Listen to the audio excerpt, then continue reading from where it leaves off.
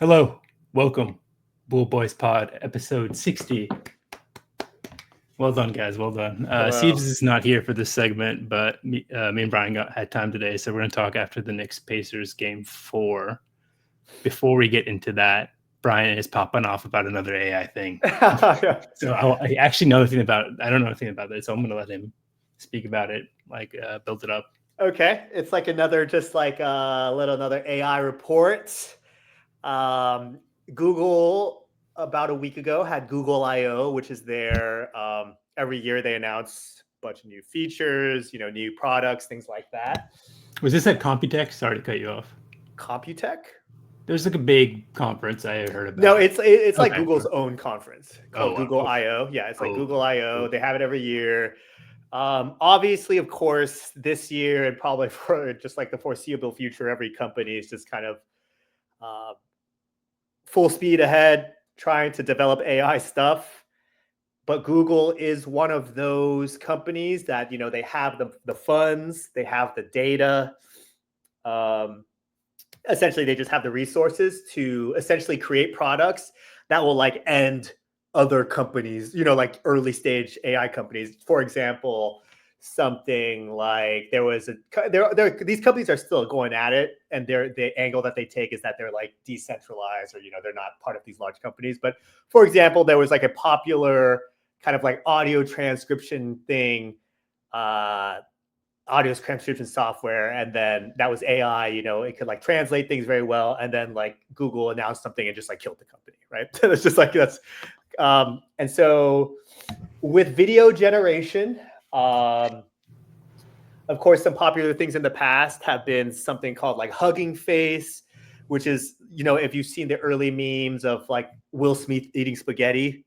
Have you seen those? And it's just like an abomination, right? That was only 2 years ago. And then I remember when SORA was announced, which is OpenAI's kind of video generator. The kind of level of quality that was kind of like astonishing. Obviously, still AI generated, but very just kind of the potential of that was very seen. Google at Google I/O released their third version of their video generation software called Veo, VEO 3. So it's the third version. And it's the first one that has sound attached to the generations. Oh, wow. Sound attached to the generations. Obviously, it's not great, but in terms of video fidelity and the sound and the quality you get for just putting in a prompt, it blows. I was blown away by SORA when it first came out, and this just blows SORA out of the water. Wow. And I could share my screen. I could show some videos if that's what so we want to do. Soon. You were so high. Like for the viewers, let's rewind a little bit. You did come onto this pod and we did talk about it. It was like one of the few things. SORA. SORA. You talked about it. Yeah. And you actually showed us the video. I think it was like a 30 or second video, right? Of just like race car going through different thing. Okay, you were wowed by that, and not 6 months later, you are now saying that is rendered obsolete by what Google just released. Is that what you're saying? Yeah, I mean, maybe a year, or like 6 months to a year, but yes, essentially, I mean that's ridiculous, dude. That's evidence of the speed of which things are moving, and then, like I mentioned earlier, with Google has the resources. It's because Google owns YouTube. And YouTube is the largest video archive, I see. Okay. out there. So they have the data to just kind of, just like pump into these damn machines. And of course, OpenAI has access to like some YouTube stuff, but obviously kind of YouTube has YouTube, and essentially Google has kind of just like the deep everything, right? Okay. Of how to access YouTube. And I can show some videos. It's pretty insane. Sure. Let's see. How do I share my screen here? Present. Got it. And it's the first time that, if I'm not paying attention a lot, it does feel that, it could just be real, honestly. Okay. So I will share this screen. I think actually, no, go ahead. Ghost, right? As you need to do what you do, I'm just going to like ponder a little bit. This could be cool for our pods going forward. To have like a PowerPoint and like Could share the be. screen to keep it in the middle so we can talk. And there's like some data or something, videos even. No one's going to copyright us. We're too small, so we could even put videos. Okay, here you go. Okay. Can you hear a sound or no? I'm adding it to the stage. Yeah. We are cooked. You can hear sound? You get I me? can, yes, on my side. Okay. Oh my God. Yes. Woo! Victory Royale. So these are all fake, dude. This is all generated. Oh, really? Yes, this is all generated. I would watch that sitcom. So I went to the zoo the other day, and all they had was one dog. It was a Shih Tzu.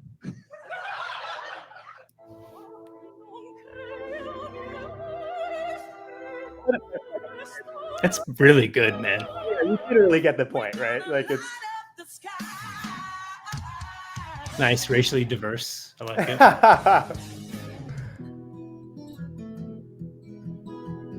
I'm not sure I can go on. Right, and like the fact that it has this audio kind of complement to it.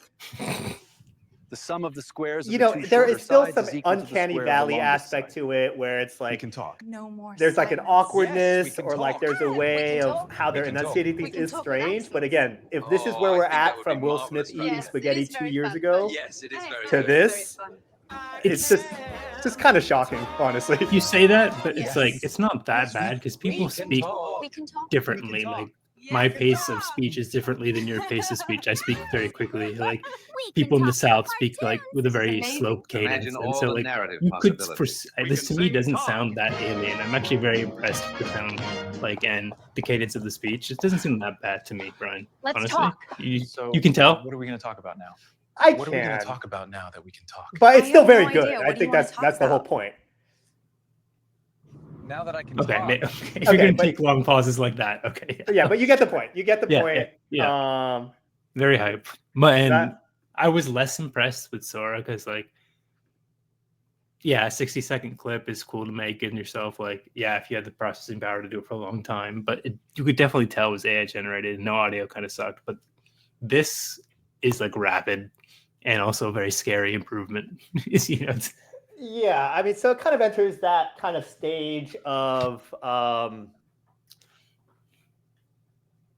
mean, dude, I could go on and on about this type of stuff, but essentially, like, this is kind of the first step of like, yeah, and pretty much soon or pretty much now, anything you kind of see on the internet, you could maybe look at it with a more critical view of, yeah, it just might not be real, honestly. Like, we're kind of already in that world. You can access this. Right now, you have to pay $125 a month for 3 months so they can get people in it. And then in 3 months. unlimited videos though? No.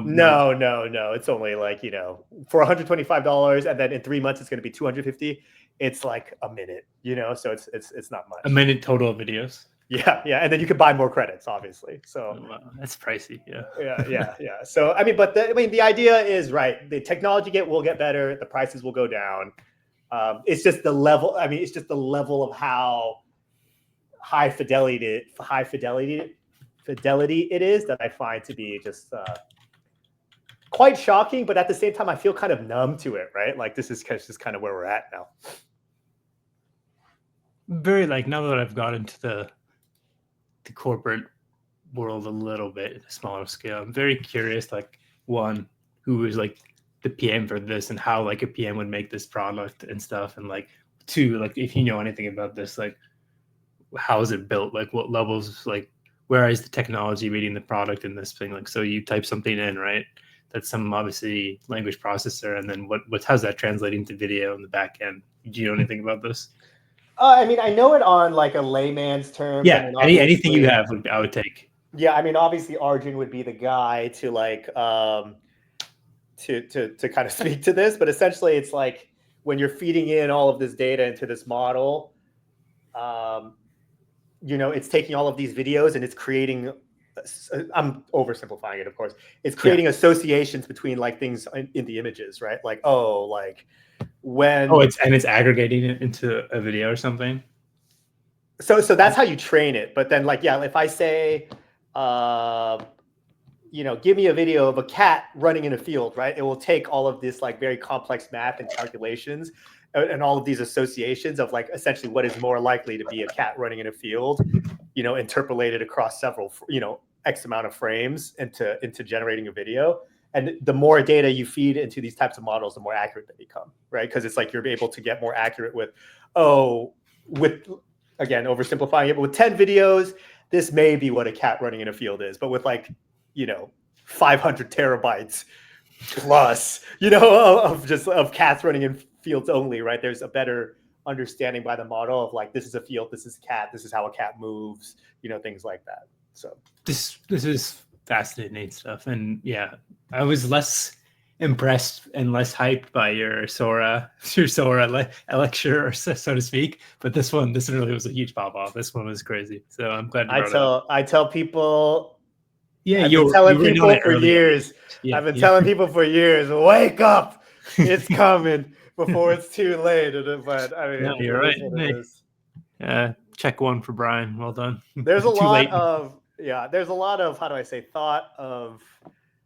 I'm very curious about where this goes. It's like if everything is just baseline, such high fidelity video on the internet, and it becomes so oversaturated, are people more or less likely to get like addicted to the internet if everything is just so highly personalized? I don't know. I think that's kind of the issue, right? Like the kind of future vision that people speak about is that like, oh, I could go to Netflix and then I could just type in a movie that I want, right? Is that like something that we actually want if it's not vetted by, a person, something about movies and shows, and like, it's like this idea of like shared culture. Yeah, I was just about to say that. It's a big thing, yeah. And things like that. So I'm just very curious to see if this is something where people will actually respond in a way of like, dude, there's just so much slop and I'm getting sick of the internet, or is it just we become even more Wall-E-like and just, sitting in our pods watching and only seeing things that only we want, right? I don't know. It's very interesting. I don't spend as much time thinking about it as you, but what you just said made me think about like an MCAT passage I had. I remember it vividly, like it was like some like old school thing about talking about proliferation of images and media. And like when an artist makes art, it's like a 1-to-1 ratio. But if the ratio is skewed or something, like, and you can make infinite amount of pieces of art, then what is art exactly? Or something along those lines, some like bullshit. Yeah, I mean, I don't think it's comprehension thing. At the time, maybe I thought it was bullshit, but now maybe it's becoming true, like you said. I don't know. And I think, my last point before we can kind of end it is that like, I'm somebody that's very into like the arts and like creativity and stuff. And it's like something about this, the way that this stuff is always being pushed, to me feels as though it just loses the point of what creating a video or like creating an image is. It's something, it's communicating something inherently human from one person to another. And these tech industries are so concerned only about like pure optimization of things, of like, oh, we could use this to make commercials. But it's like, if all commercials are being pumped by this kind of soulless machine, then what does it actually become, right? And I just find that to be an interesting thing to think about. I saw kind of one of the comments on Reddit that somebody described it to the building of like a nuclear bomb. There isn't really like a true utility to it, but it's just everybody wants to be the best. No country wants to fall behind. So it's just building this thing that doesn't really seem to serve humanity. And I personally don't really see a really truly beneficial humanitarian purpose for AI generated videos. But because we live in a capitalist world where it's if I don't build it, somebody else is going to build it. We're kind of just trudging along building this. I don't know, this monolith. You can make Darman videos cheaper. Oh, I mean, yeah, for sure. You can auto-generate, 100%. Generate Darman videos. 100%. So morality will increase. I don't know. I agree with everything you said. The only thing that is a little interesting about me is like you're talking about like how it's gonna be super personalized on the media side or like video side or YouTube creation side. What about music, man? What if they they're like, oh, Brian likes this riff or this chord, and they're able to analyze it, and then AI generated music or sound is just like feeding you the same thing over and over again, like YouTube does with your front page or your For You page. It's like the same shit over and over because they think they know they found something that you like, and they just hit that chord over and over again, for sure, to the end. And it's going to be the same thing, but times 10 or times infinity. Exactly. And again, that's my question of, and I'm aware that I'm somebody that's more critical of it, but that's my question of, if everybody's just being fed, I actually watched because Cosm's doing this production of The Matrix. I actually watched The Matrix today. That'd be sick. I'll send you some videos after. Okay. It's like in like the space. It's pretty cool. Yeah. It's like, do people actually want that? That's just my question, right? Do people? My kind of cynical side says is that people will just kind of be like, so down to just be in their pods, not interacting with other people. But I can say for a fact I don't want that, and I don't think I'm that rare of like a perspective, right? Like I want to share these experiences with people, and I want to kind of media to me is about communication of like human to human kind of thoughts. And so I personally don't want that. And if it truly, this is what it becomes, then it's like, that's kind of the first step, or one of the many steps of me. Like, I'm just kind of out on the internet, Gen Alpha, Gen Beta, whatever. They can deal with all this shit. Yeah, it's different for them, like, I think. I don't want to be a part of it. I'll keep up, obviously, because it's like the industry I work in and stuff like that, and think practically about how its role, but in terms of enjoyment, I will never enjoy this shit. I promise you. You know what I mean? I will never. Maybe it's a sign we're getting older, Brian. Yeah, probably. A little bit. I feel it a little bit more now and then. For sure. That was very interesting. You want anything, or was that the final word? No, that's all. Thank you for indulging my rant. No, it was informative. Should we move to basketball? NBA? Please. Yeah, let's do it. Okay. I'll just take a break here and then I'll cut it. I don't want to start the record again. Okay, NBA. So we just came off Knicks and Pacers game 4. But to be honest, the last time we spoke, I believe it was the first round. Lakers were still alive. Miami and Memphis were still alive. So a lot has changed. Any overall impressions from since then before we go into the game, or do you want to get right into Knicks Pacers? Of the playoffs in general, or since then, because we've been through 2 rounds since then, so you must have some formed opinions since then. For sure, I do think that we're seeing, obviously, in the playoffs, injuries have been happening to some pretty to critical people with critical roles. Tatum, Dame, even though he's near the end, kind of.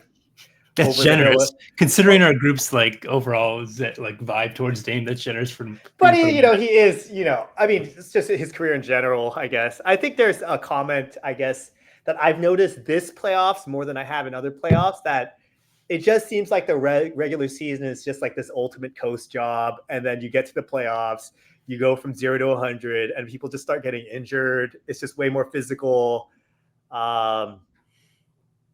I noticed that a lot against the Lakers. Obviously, we've been knocked out, and like the Wolves are not, in a great position. But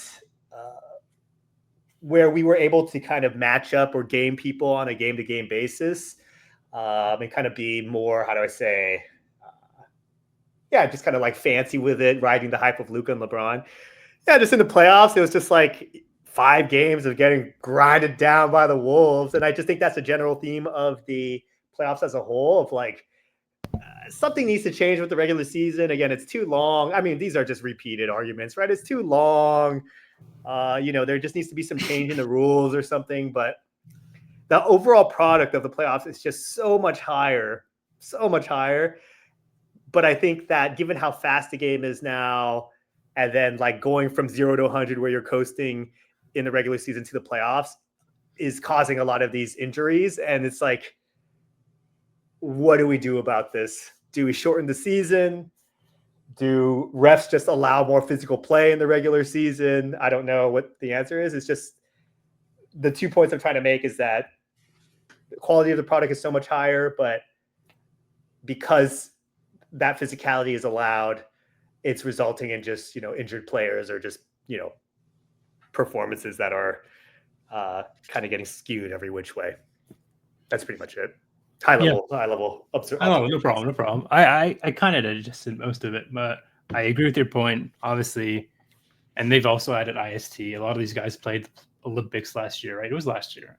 It was. Yeah, it was. So like it's pretty consistent, at least in soccer, that post World Cup years when these guys play this entire gauntlet of like however long, and then they go into the summer, they give up their break. That the next year after, a lot of them get injured. I feel like that's the same here. Embiid got hurt again. I mean, it happens. Overall, I would say I'm a little bit salty about our side of the bracket. If you look at it, Houston, Golden State, and Minnesota, it feels like we were the best two teams on the side of the bracket. And maybe well, you were talking about like how Lakers, yeah, maybe not. Maybe that's okay. Stubborn. But I always talked about like, or you guys clowned on me because I kept saying the regular season is meaning less and less. And I feel like I'm kind of being validated here. This is is this the third or fourth year of a 7th seed has made the conference finals? And then 3-4 is on the other side. Tatum injury with notwithstanding, but I feel like the Knicks were going to win anyways, right? Wolves were the 6th seed, right? Or were they 7th? They were 6. I think sorry, 6. But still, I get the point. Lower. I'm sorry. Lower yeah, half. 6. Yeah. Lower so like, bracket, I understand. You know what I mean? Like, so regular season, I thought it was variance. Like, I always thought it was like, this 3-point variance era that like, if you shoot well, then you have a chance to win. And actually, it was the Lakers who were that team, like, who were just a good regular season shooting 3 team who played hard, and they scraped a lot of wins together that way. But when you get to the playoffs, it's tough to win if you don't have like that extra juice. And so I think that's why we got exposed. But yeah, that's my first thing is that y'all clowned me and I was right. So what did we? I don't really remember. What did we clown you about? I think Siege is stronger about it, but like I said along the lines for the past 2 seasons, because we've been going for 2 years, is that the regular season has not mattered as much season, except at the top level. I felt like I said, like OKC or Boston, if you're significantly better with like a huge point differential, sure, it means a lot. But for the middle, like, or the top half underneath, it doesn't really matter. It's all playoff and matchup based. Yeah, that's right. I do remember you saying this. Yeah, so we'll see. And my second thing was, of course, expressing frustration that we couldn't get through Minnesota, because it seems like it could have been like that Denver year. And if we played well and somehow it scraped together something past our glaring hole of not having a center, we could have got something going there. Any comments on that? No, I don't necessarily disagree. I think what this does confirm to me is just this thought that I have of, how do I say it? It's just really hard to like turn on the switch in the playoffs. Do you know what I mean? Like teams that, did coast and have to turn it up, having a little more trouble. Maybe like Cavs would be an instance of that. Maybe they were just like coasting near the end of the season. They secured their top seed pretty early, and then hard to get that juice back. Huh? Hard to get that juice back. Yeah, right? Yeah, exactly. Right. It's just like, okay, now you're back. Now you're in the playoffs, and you're gonna kind of play this. Yeah, and then the Pacers kind of had been having to grind out their whole season because they fell back early in the season, and then kept on having to win games to stay competitive in the playoff race. And it's just like, I just think the overall structure of things is that just confirms to me, it's just hard to turn it up in the playoffs. And again, I know we'll kind of start talking about the Pacers, but I'm just like still in shock that it's like looking like they're probably gonna go to the finals, which I just think let's just go into it now. It was my next thing anyways, that like I think BS Bill Simmons talked about is that in the East now, with the flag going theoretically to a West team, right, Dallas, there's going to be theoretically he is. Yeah, I mean, okay. I'm doing the reported thing of like covering my back, but anything could happen. Anything could happen. Okay, he's going to Dallas, but so there you go. It's like him and then Tatum. They're losing Tatum. Embiid is no longer the force he was. There's kind of like this vacuum in the East. And it goes to my point with Indiana. I think Indiana's doing a really good job of taking advantage of the weakness in the East. And they made the conference finals last year. They have a good chance after going up. We'll talk about the game in particular, but a good chance of going to the finals. Good for them. Like, small market team. Yeah. Rick Carlisle. thrown out of Dallas because he can't get along with Luka, and then finds his way back to Indiana. Do you remember him on Indiana the first time? Indiana? Yeah, he was the coach there before. I don't actually. I looked it up, 2003 to 2007. They won 60 games his first year. Really? Yeah, I thought it was the Reggie Miller year, but who was the coach when we played him? I can't remember, but it was, he was there for 4 years, and then he went to Dallas. Yeah, so he returns to Indiana. The prodigal son returns home, and now he's just kicking ass as a coach. So good for them. And I think they're taking advantage of a really weak East, which we won't talk about the game in particular. Sure. I mean, just to your comment about the weak East, that's the thing. It's like we could say it's a weak East, but, 2 conference finals runs in a row. Last year, I was feeling that in particular. 2 finals, that is like, okay, Pacers kind of just snaked out an easy East. But, I mean. Well, let's go. Right, we'll go through all the players you'd rather have on West teams. Like, who's the first one that comes up? Giannis, and he could be going to Houston or Phoenix. Like, Giannis is the only one on the East besides Tatum you'd want to take in the first 8 or 9. Am I wrong? In the whole East, Shea, LeBron. No, sorry, Shea, Luka. All NBA first Jokic, team Donovan Mitchell, dude. And all NBA. Steph. Donovan Mitchell, dog. Donovan Mitchell, I guess. All NBA first team, dude. Wemby. I mean, there's a lot of sure. Yeah, I mean, it's just to speak of their run, though. It's yes, Dame went down, but taking down Giannis, pretty impressive. Taking down, yes, Garland was a little injured, but he did play a lot of games. Taking down the Cavs, who look pretty strong. The Cavs is very impressive. Pretty strong, and then again the Knicks. I've always been kind of wishy-washy. I mean, I'm surprised the Knicks even got here. I mean, I guess they're kind of being exposed a little bit, but they are a good team, seemingly, the Knicks. So it's not a terrible run. Yeah, it's not a terrible run. So let's talk about the game. They lost today, right? They lost. I mean, yes, I watched that. The Knicks, yes. The Knicks lost. Pacers go up 3-1. What are your thoughts?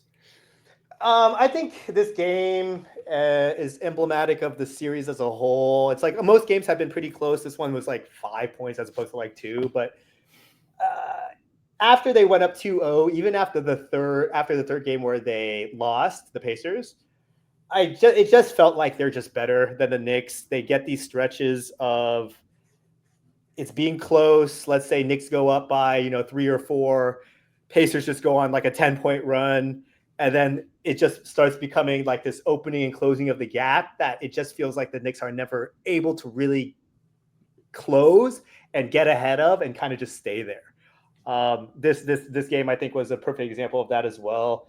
Tyrese, I'm kind of fascinated with the way he runs a team because he doesn't really have a crazy handle in terms of a sick bag, but he's just running. He's getting to the paint. He's either kind of getting a nice pass to the outside, or if he's outside, he's getting a pass inside. He hits some pretty nice threes, and he had a really good game today. He had a 30-point triple-double. And it's honestly just seeming that he's just easily the best player in the series. I don't know who else would be in argument for it. Jalen, if he plays well, but he's not. I just think that the way he plays, it's a great Jalen Brunson game is, 40 points on 30 shots. And I just don't think you can win a lot like that. You know what I mean? Yeah, it is. I agree. And I was noticing that as well. In the possessions at a lot of these games, it's Jalen going one-on-one for 20 seconds. And then if he doesn't have a shot, he'll throw it out. And there's immense pressure on those guys to hit those shots. It's very similar to Harden, or Houston Harden.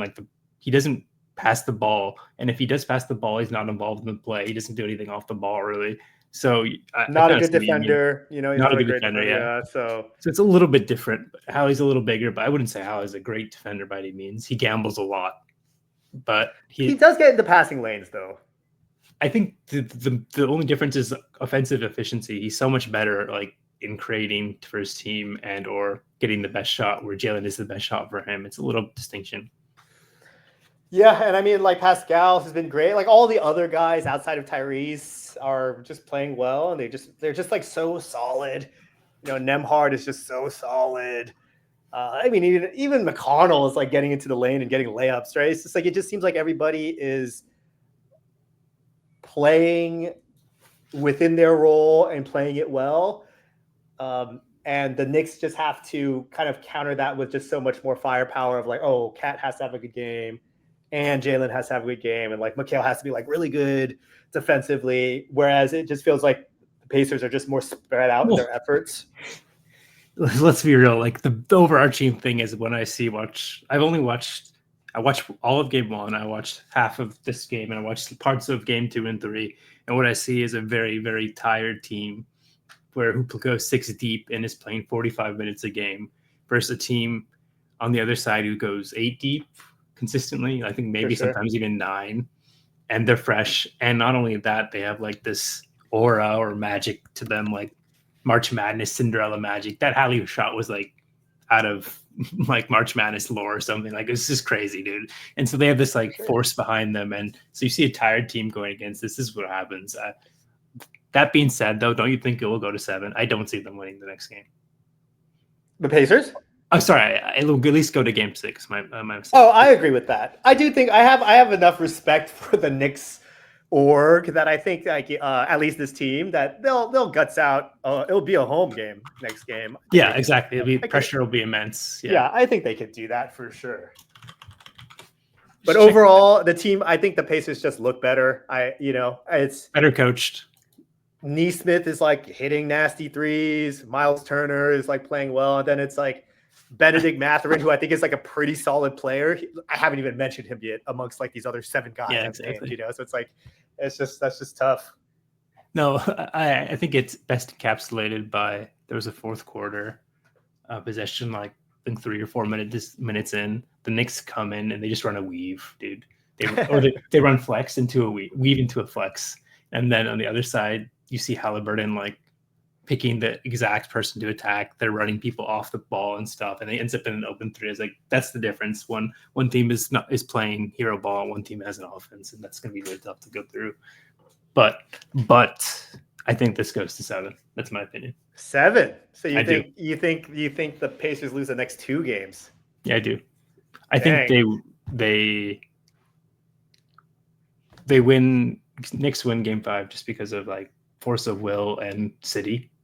But game 6, I think a lot of players on the Knicks are due for a really good game, and that's the game that happens. And a little bad luck for Indy, which hasn't happened.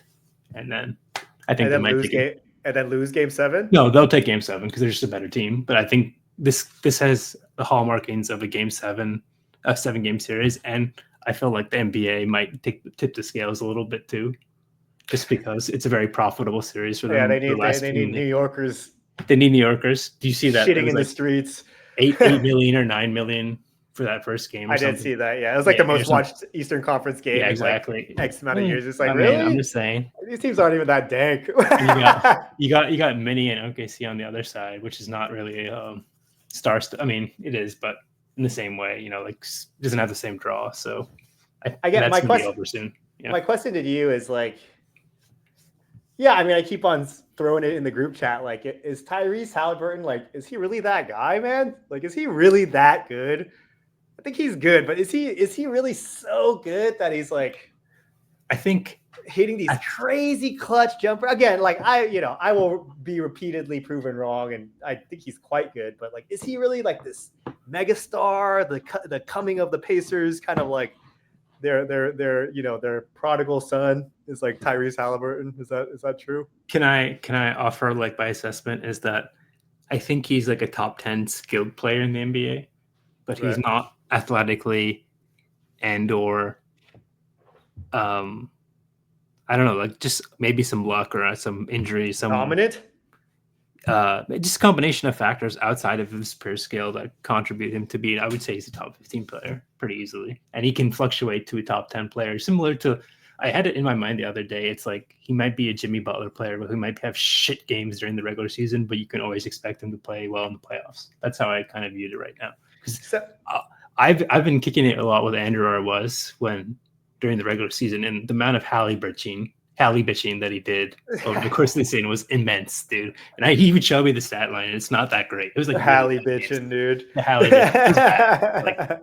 Like, the bitching was bad, but also the stat line was very bad. So like, I could see it. Like, if maybe you see something different, they did play differently, but I think there's some similarity there. So who would be some other players around his level? Would you say?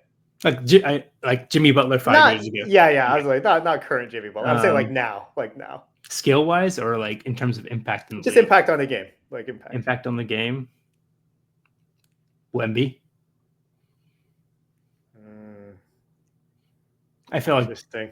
Yeah, like Wemby has not contributed to winning that much, but he will be next year, and I feel like they're about be like this. The scales will tip. Wemby will come up, and Hallie will be like around 10 or 12, which is where I think Wemby will be in terms of like winning players, because he's not really a winning player right now. Not yet. Yeah, not yet. It's coming together with Wemby, but I agree with that. Maybe I see what you're saying. It's just hard to Dame. No, I think Tyrese is definitely way better than Dame right now. Early Dame. Like I'm saying now. I'm saying like people now. Yeah. Jalen Brunson. It's about the same, dude. I mean, I think he's a more impactful player than Brunson. Impactful player. Yeah, he might have some boneheaded bad games, but he'll also win you games by force of will. I'm just throwing names out. Yeah, I'm trying to think. Yeah, I mean, I'm just wondering if. Well, let's like you're naming out these guys, and I'm thinking like I'd take Tyrese over all of these guys. That's kind of like Paolo, Cade. I think Cade is a good one. I think he's like around kind of like Cade, because I think Cade is kind of dancing around superstar, and I think so is Tyrese. The thing is, whenever like even on bad teams, he was a PER darling, right? Like on Sacramento, people loved him. Yeah, because like, and I think there's some gems in the bottom dredges of the league that could be similar. That's why I said Wemby. Who knows? Maybe poor Zion. Don't even bring him up. There's not a lot of similarities. Like Trey who? Oh, Trey Young. Trey also got to conference finals. It's no one likes to admit it, but he did get to conference finals. He is defensively inclined, even more so. Disinclined, I mean to say.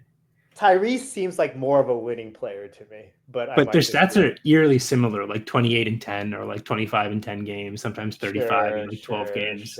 Sure. Maybe it's a testament to how good the Pacers are, and not necessarily just, I mean, again, I think Tyrese is amazing, but like I would say maybe Trey is unfair. He's probably like 1.5 above Trey. Is that fair to say? In terms of winning players. Yeah, but I think Trey is a good one. I think Cade and Trey are good ones. Like, kind of like these pretty. Out of those three, which one do you have? Who would I take? Yeah, which one do you take? It's hard. I mean, definitely not Trey. For me, it would definitely be Tyrese. It'd be Cade for me.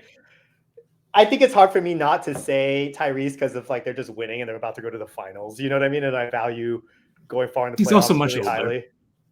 Not that much older, dude. He's like 27, right? I don't think so, man. I think he's like 25, dude. Oh wow! Oh my god, dude. Yeah, yeah, man. He is 25. Wow. And Cade's older, right? If I'm not mistaken. Yeah, Cade's 23. They're not that far off, actually. Yeah, so it's crazy to think about. Well, it's hard to say. We'll see. I think I would still have to take Tyrese again because he's about to go to the finals and it's in pretty dominating fashion. So it's hard for me to separate it right now. But Cade definitely is somebody that would be right there for me in terms of I just think the pure talent. I would Mitch or Hallie.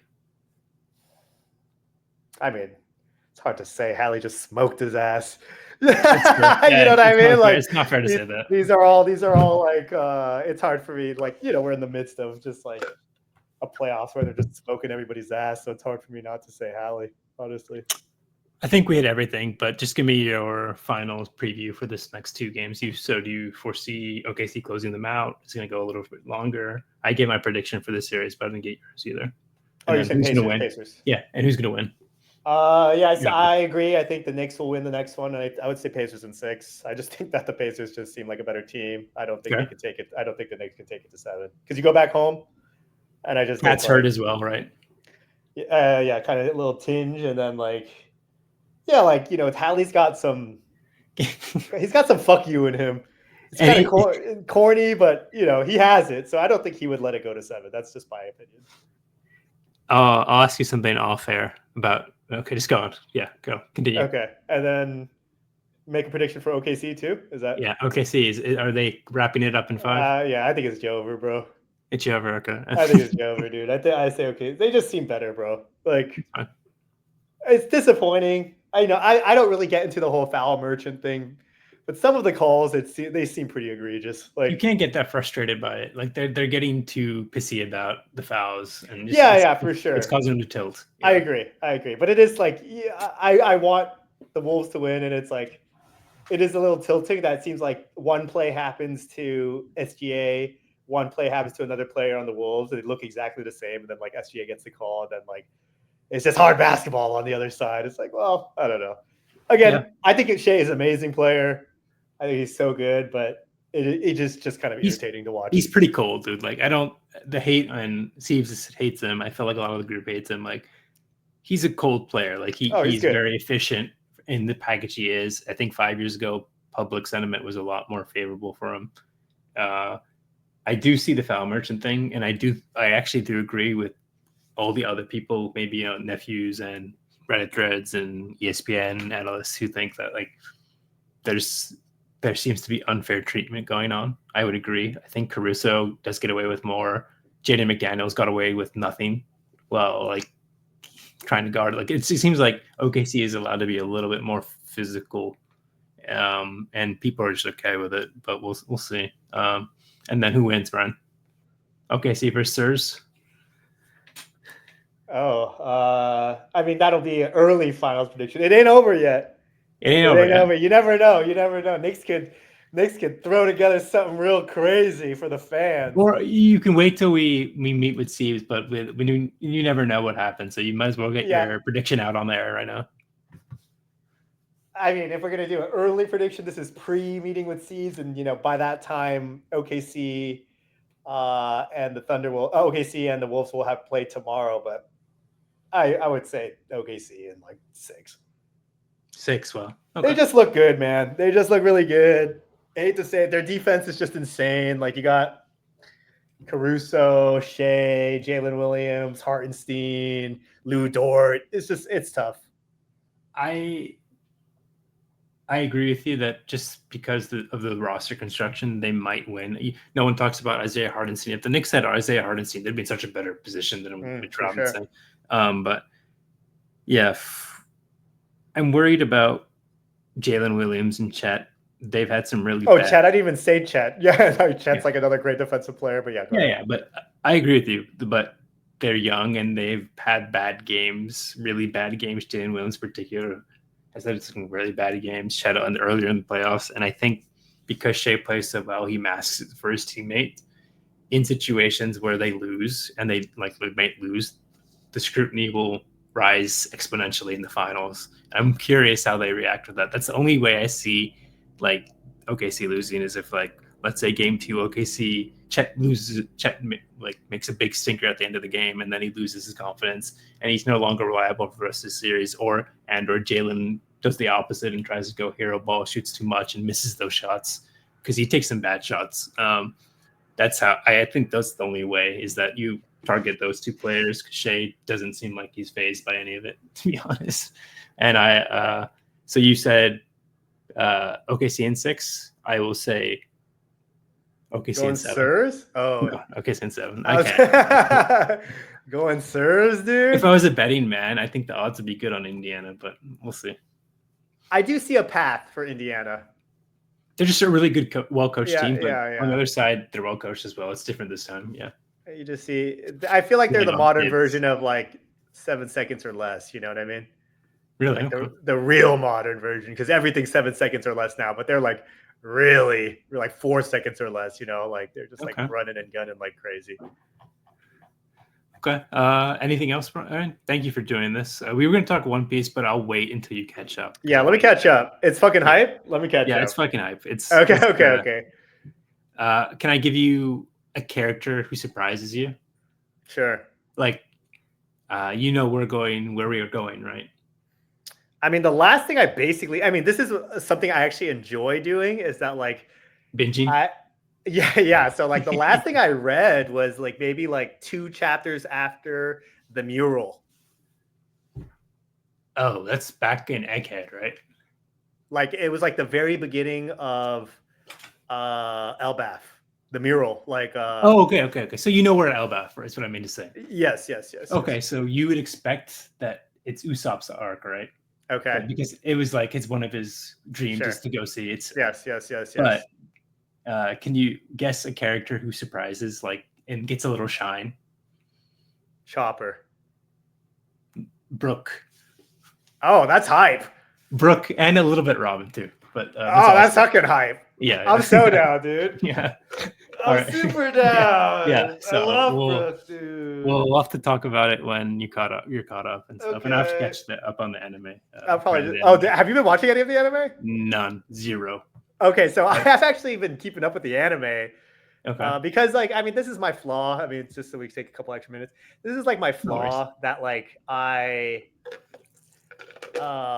sometimes I think you're similar. Sometimes I'm just like I need the story. I'm like going through pages pretty fucking fast, you know what I mean? So I like don't really know what's going on sometimes. So I'm just like there's a lot going on the panels too. Yes. And I'm just like, is something hype happening? Not really. Okay, fucking next page. You know, like I'll do that. So I last week took the time to catch up to maybe like the last, let me say like 6 or 7 episodes, and just like, okay, I'm gonna start watching from here because like hype shit is happening. I mean, I guess like spoiler warning for any listeners that don't read or watch One Piece, but what's his name? Saint Saturn shows up. Oh yeah, and it's like, have you seen the clip? No, I haven't. Oh, no, it's like not animated. I might actually. Oh, and it's just like insanely fucking hype. You know what I mean? And you're just like, oh, like God. Eerie music. Oh, dude, it's like an insane. Okay. I mean, I'll just send it to you right now. Do you have One Piece? Sorry, I don't. Is it what does that mean to have One Piece? You have to pay for it now. Oh, really? Yeah, I tried looking it up a couple months ago. It's pay gated, and so I think Andrew had a subscription or something. I've been trying to get to it because this is way too long, dude. And there's a lot of redundancy when you watch the anime. That was my biggest gripe. Really. I see. You could basically watch every other one and still get the same thing because they replay it anyways. So. All right. Well, that is you can send it to me. Sir. You can send it to me. I'm sending it right now. Sure. All right. Thank you for joining, Brian. I think the next segment will be with Seeps, hopefully. But if not, we'll hopefully see you after the playoffs or maybe around the final start. We'll see. All right. Take care. Just watch it right now.